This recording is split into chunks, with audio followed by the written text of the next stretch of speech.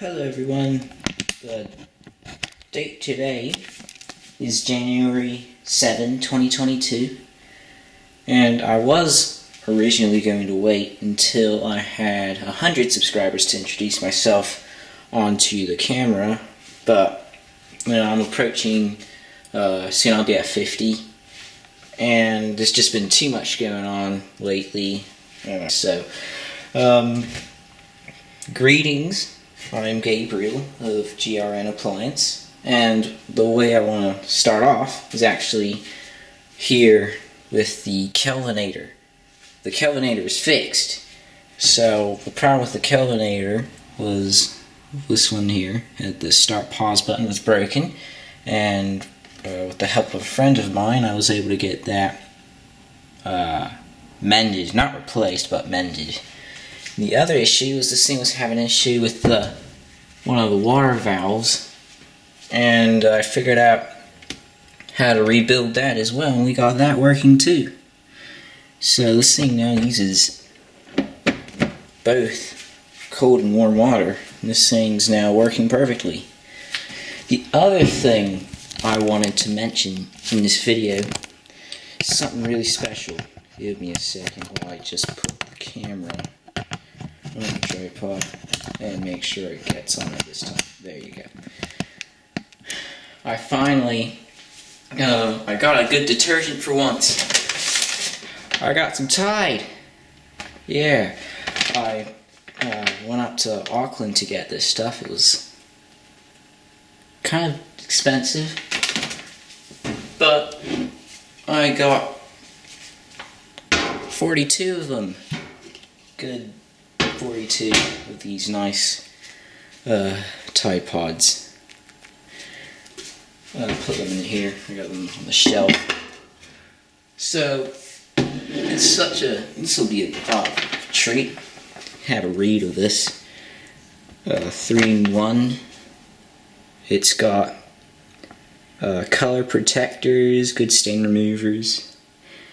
Is that is that? The spring meter, is that the flavor? The scent? I don't know. It is free of phosphates, but what else did it have? It had something else. It has water softening agents as well. That's always good. Where was it? I don't know. It works. I imagine this stuff will work very well, but yeah, it's glad to have that Tide. Moving on, we come on to the Whirlpool now. Now, pretty unfortunate in the Whirlpool's case, because I've been, I had so many videos, I was trying to put them all up very quickly so I could get back up to date, but because I had so many videos, this did happen a while ago. I managed to break the motor coupler in, what was it? Must have been beginning its second month of service, and I already broke it. It's kind of embarrassing, but oh well. I got it partially fixed. Not too long ago I found the original half of the original motor coupler assembly in all of my stuff, and I figured might as well put that in there till I get the original one. And so this thing's partially working. I've got the new motor coupler arrived, but I have a couple of other things coming as well. I got a new I got an old style pump on the way, and I also I have a new knob coming on the way too. I figured I might as well change that onto one of those black knobs. I think it'll look pretty cool once it's on there. I don't know when that's supposed to arrive, but it'll be here soon. So that is what is going on with the Whirlpool and the Kelvinator, and I might as well move on. Give me 1 second. We are on the, we're basically in my office right now, and this is where all the work happens. This is where I fix all the appliances, and right here, I mentioned this before, in one of my updates in the description, I mentioned this. This is a Bosch. There's the other part of it. It's a Max Classic. Model number is WAE2427 0AU/01. That's the model number. And problem with this one is that it's not turning, and I figured it's probably the carbon brushes. So I tried twice to replace the carbon brushes, but in my attempts they did not work. So I had a feeling I still had the wrong ones, but with the help of a friend of mine, I found out what the problem was. It was there, right there. Is not supposed to be like that. So I'm gonna have to get another one of those. I thought we had the right one, but yeah, somehow it's not working still. So I don't know what the plan is with this one, but the other thing, give me one sec. Time to start filming, because as it turns out, my office space is not that clean. I do also have this. I did also get this Tide to go pen, Tide pen. Works pretty well. I've used it before. Does a pretty good job removing those food stains. Alright, let's move further through the update. I just wanted to show you guys. Hang on, I don't know if that made a difference. Anyways, time for me to do a little reveal of one of the appliances that I got in not too long ago. I was on Trade Me and I came across this machine. This is actually my second favorite washer of all time, and very known for their reliability and just for being awesome washing machines, especially in the 80s. This one's 80s, so I might as well reveal what it is. There it is. I got a Maytag. It is a Fabric-Matic heavy-duty extra capacity washing machine. It's the A512. It's a fantastic washing machine. I've always loved these Maytags. This is the one with the orbital transmission, by the way. There's the stuff, the model stuff and serial stuff. XN. So I did the research.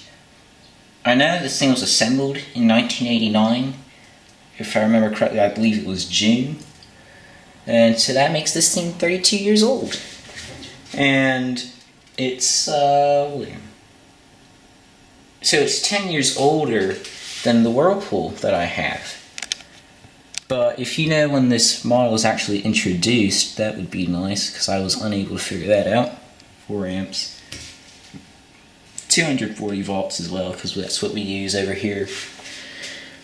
As far as features, upon doing the research, this is second to bottom of the line.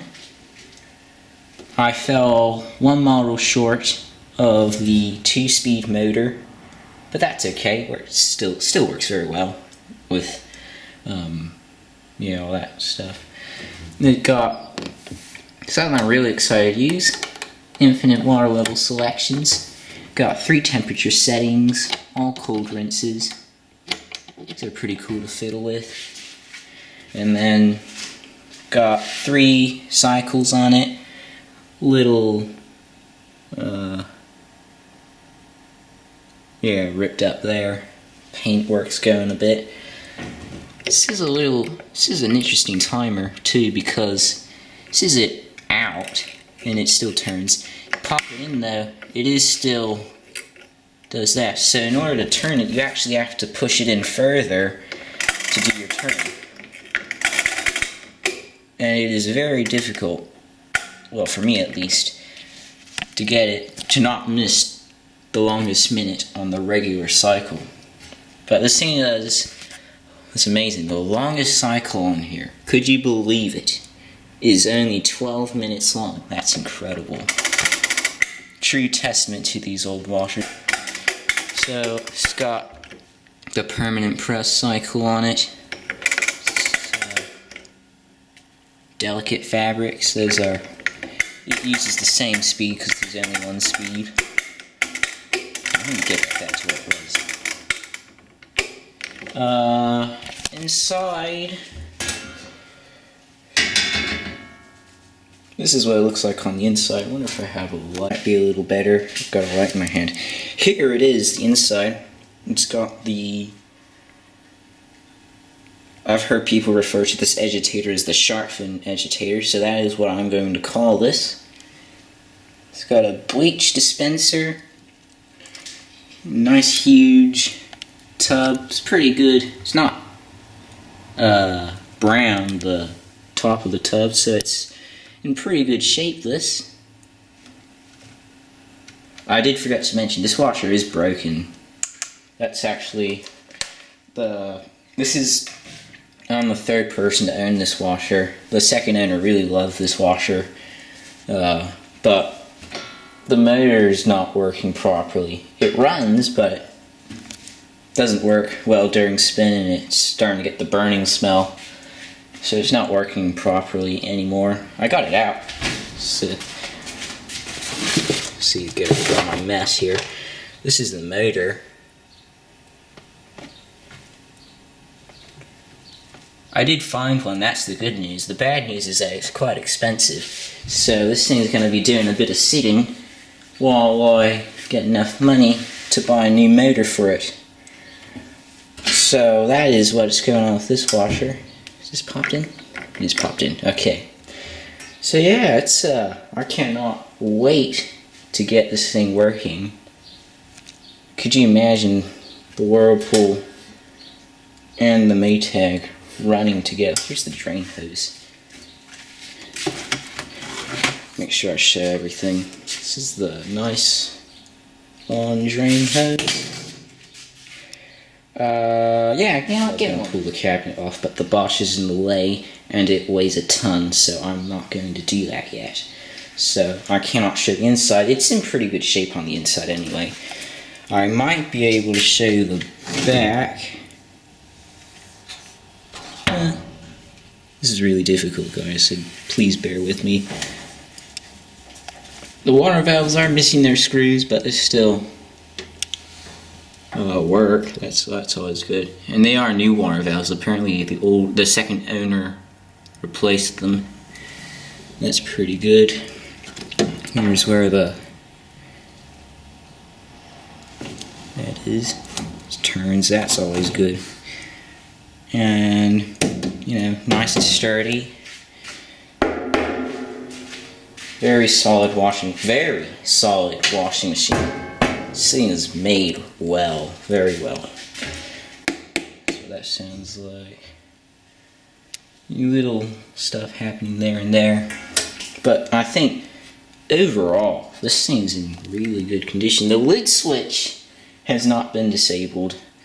And there is only one thing in here that can disable it. I've looked everywhere, and there's only one thing, and I might show that later because it might end up scratching this over time. I really need to find something else to disable that, or just if you know a way of disabling that, that would be very helpful. So that is the Maytag Fabric-Matic. Can't wait to have this thing going. We're back here again. I guess it is time to conclude this little update as to things. So, thank you for watching. I'm glad I introduced myself on camera. And yeah, just make sure you like and hit subscribe if you haven't already. I'll be making more videos in the future. So, take care everybody, stay safe, and well, yeah, bye for now.